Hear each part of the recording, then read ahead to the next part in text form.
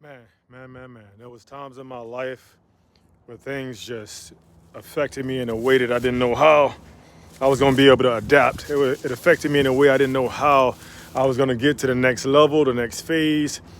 And I'm going to tell you something. It's in those moments that showed me that if I was at the bottom or I felt I was at the bottom, the only way I could go was up. I refused to stay stuck. I refused to allow anything or anybody to hold me back or to hold me down. And I dang on sure refused to allow that to be me. I wanted to be able to create a life that I can be proud of, a life of legacy, a life of fulfillment, and more importantly than a life that served me, I want to be able to be someone that I can truly impact those around me, not for the glory, not for no awards or accolations. And if they come, that's cool too, right?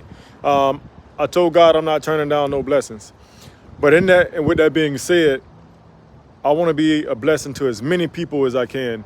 God, use me not only in my city, not only in my state, not only in my town, not only in the United States, but use me worldwide.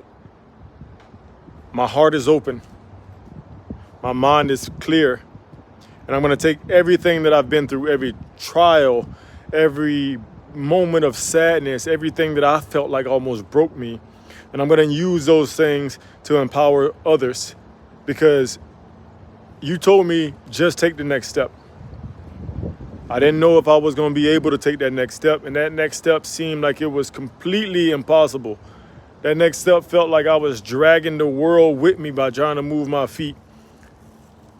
And then you placed me back on a solid ground. And now I see life in a whole new way. My life could have been completely different. And I stood there at the road not chosen, having to decide which way I wanted to go. I stood there in the darkness, wondering where the light was going to come from. And then I realized I had to be the light. There were people that I was able to reach out to.